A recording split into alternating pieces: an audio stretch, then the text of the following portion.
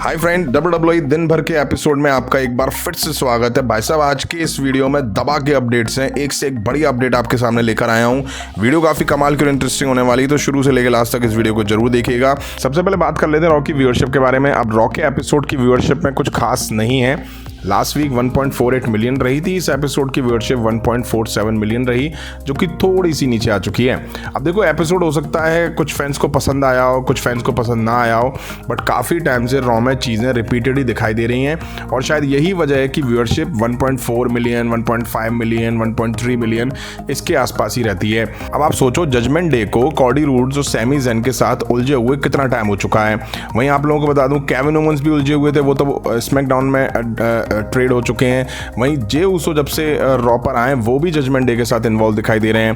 पूरे एपिसोड में जहां जरूरत होगी वहां तो ठीक है, बट जहां जरूरत नहीं होगी वहां भी जजमेंट डे को घुसेड़ दिया जाता है। फिर चाहे वो रेहा रिप्ले हो, फिर चाहे फिन बेलर हो, फिर चाहे डोमिनिक हो, मतलब पूरा एपिसोड इन्हीं पे रहता है। सेंटर ऑफ ओपनिंग भी ये करते हैं और मेन इवेंट में भी जजमेंट डे ही हमें दिखाई देती है। और जजमेंट डे के हर मैच का आउटकम सेम तरह से आता है। किसी ना किसी मेंबर का हर मैच में घुस के मैच अपनी साइड शिफ्ट कर लेना, ये मुझे लगता है चीज़ें अब बंद होनी चाहिए। कुछ नया WWE को ट्राई करना चाहिए। नेक्स्ट बात कर लेते हैं। जैसा कि मैं आप लोगों को पहले ही बता चुका हूं, WWE मर्ज हो चुकी है। वहीं कई सारे WWE के टॉप टैलेंट से WWE कॉन्ट्रैक्ट एक्सटेंड करने के लिए कॉन्टैक्ट ही नहीं हुआ है। मल्टीपल लोगों से बात करी गई तो उन्हें लगा कि मर्जर के बाद हो सकता है कि उनसे बात करी जाए कॉन्ट्रैक्ट को लेकर। वहीं काफ़ी इस चीज़ का भी वेट कर रहे हैं कि जब उनसे बात होगी तो ऑफर्स क्या होंगे, लेकिन अभी तक ऐसा नहीं हुआ है। वहीं टैलेंट्स को तो हो सकता है ये भी लग रहा हो कि अभी तक कॉन्ट्रैक्ट को लेकर बात ही शुरू नहीं हुई है, तो कहीं ऐसा ना हो कि WWE फिर से कोई रिलीज करने के मूड में बैठी हो। नेक्स्ट बात कर लेते हैं NXT के शो के बारे में, जिसे हैलोवीन हैवॉक का नाम दिया गया था। इस एपिसोड में बड़ा उलटफेर देखने को मिला। यहाँ हमें बेकी लिंच वर्सेस लायरा वाल्किरिया के बीच NXT वुमेन्स चैंपियनशिप के लिए मैच देखने को मिला, जहां लायरा ने सबको शॉक करते हुए बेकी लिंच को इस मैच में हराया और अब वो बन चुकी है न्यू NXT वुमेन्स चैंपियन। बढ़िया है, ये तो हो नहीं था, आज हुआ, वरना कुछ टाइम बाद होता। Becky Lynch main roster superstar हैं, NXT की नहीं, इसलिए ये कुछ टाइम के लिए ही सही था, बट ठीक था। वहीं जेड कारगिल की नजरें भी इस मैच पे थी। वो स्टेज पर बैठ के इस मैच का आनंद ले रही थी। एक्चुअल में जेड कारगिल की नज़र शायद बेकी लिंच पर हो सकती है, या हो सकता है NXT वुमेन्स चैंपियनशिप पर हो। अब देखना ये होगा और टाइम ये बताएगा कि जेड कारगिल कहां हमें दिखाई देती हैं अपना मैच लड़ते हुए। नेक्स्ट बात कर लेते हैं ड्रू मैकिंटायर के बारे में। ड्रू मैकिंटायर को लेकर काफ़ी रूमर्स आ रहे हैं कि वो WWE छोड़ सकते हैं वगैरह वगैरह। अच्छा, ये रूमर्स तब भी आ रहे थे जब वो WWE में नहीं दिखाई दे रहे थे, बट अब जब वो दिखाई दे रहे हैं तब भी ऐसे रूमर्स निकल कर आ रहे हैं। अब ड्रू मैकिंटायर को लेकर कहा जा रहा है कि उनके और WWE के बीच न्यू कॉन्ट्रैक्ट में मनी को लेकर इशू चल रहा है, यानी कि पैसे को लेकर नेगोशिएशन चल रहा है।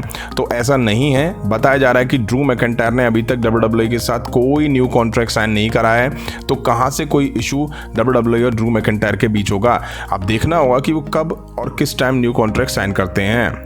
नेक्स्ट बात कर लेते हैं सर्वाइवर सीरीज के बारे में। जैसा कि इस साल की थीम अभी तक क्लियर नहीं है, बट देख के ऐसा लग रहा है कि सर्वाइवर सीरीज में इस बार वॉर गेम भी दिखाई देगा और चैंपियन वर्सेस चैंपियन मैचेस भी दिखाई देंगे। पहला तो ये कि ट्रिपल एच का दोनों ब्रांड को अलग अलग जनरल मैनेजर देना, दोनों के बीच खटपट पहले दिन से ही शुरू होते हुए दिखाई देना, ब्रांड कॉम्पिटिशन की बात करना। साफ दिख रहा है कि हाँ, ऐसा हमें होता हुआ दिखाई दे सकता है, मतलब कि वॉर गेम भी होगा और रॉ वर्सेस स्मैकडाउन भी होगा।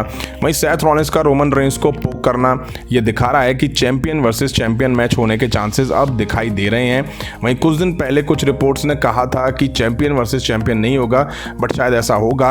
अगर ऐसा होगा तो फिर Seth Rollins versus Roman Reigns के बीच चैंपियन वर्सेस चैंपियन मैच दिखेगा। ये दोनों फॉर्मर शील्ड मेंबर एक बार फिर से क्लैश होते हुए दिखाई दे सकते हैं इस साल के सर्वाइवर सीरीज में। वहीं United states champion versus intercontinental champion में मैच हो जाएगा। वहीं टैग टीम टाइटल स्प्लिट होने के रूमर्स भी हैं। बताया जा रहा है कि इस साल के एंड होने से पहले टाइटल स्प्लिट हो जाएंगे। अब सर्वाइवर सीरीज से पहले अगर ये होता है तो बहुत अच्छा होगा, नहीं होता है तो देखना होगा कि इस साल को खत्म होने से पहले कब तक होता है। वहीं कुछ रूमर्स तो ऐसे भी हैं कि टैग टीम टाइटल को लेकर के ही एडम पियर्स और जो निक एल्डिस हैं, इनके बीच सर्वाइवर सीरीज से पहले कुछ खटपट होगी और यही वजह बनेगी दोनों ब्रांड के बीच बड़े कंपटीशन का। बात कर लेते हैं ब्रॉक लेसनर के बारे में। जैसे कि क्राउन जूल है काफ़ी नज़दीक आ चुका है और ब्रॉक लेसनर WWE में नहीं दिखाई दे रहे हैं। और आपको ये भी बता दूं कि ब्रॉक लेसनर सऊदी अरेबिया में होने वाले इवेंट क्राउन जूल में नहीं दिखेंगे, ये साफ हो चुका है। और अब शायद वो रॉयल रंबल 2024 में ही हमें देखने को मिलेंगे। तो फैंस को एक लंबा इंतजार करना पड़ेगा अभी ब्रॉक लेसनर को देखने के लिए।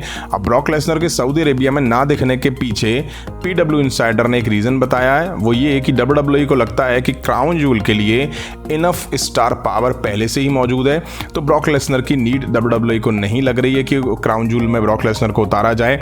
अब ऐसा WWE का मानना है, फैंस मानते हैं या नहीं ये WWE कैसे सोच सकती है, क्योंकि लोगन पॉल सऊदी अरेबिया के लिए क्या ब्रॉक लेसनर से भी ज़्यादा स्टार पावर रखते हैं। खैर अब इंतजार करो रॉयल रंबल का, शायद वहाँ ब्रॉक लेसनर हमें देखने को मिल जाए। अब किस नंबर पर दिखाई देंगे ये तो खैर आने वाला टाइम ही बताएगा। नेक्स्ट बात कर लेते हैं रोमन रेंस के बारे में। ट्राइबल चीफ रोमन रेंस अब एक ब्रांड बन चुकी है। अब वो दिखें ना दिखें, मैच लड़ें या ना लड़ें, कोई फ़र्क नहीं पड़ता है। वो नए नए रिकॉर्ड बना और तोड़ भी रहे हैं। एक और नया रिकॉर्ड वो अब से कुछ दिन बाद तोड़ने वाले हैं। रोमन रेंस 1 जनवरी 2024 को ट्रिपल एच के 14 वर्ल्ड टाइटल रेन के कंबाइंड डेज 1218 यानी कि 18 डेज के रिकॉर्ड को तोड़ देंगे।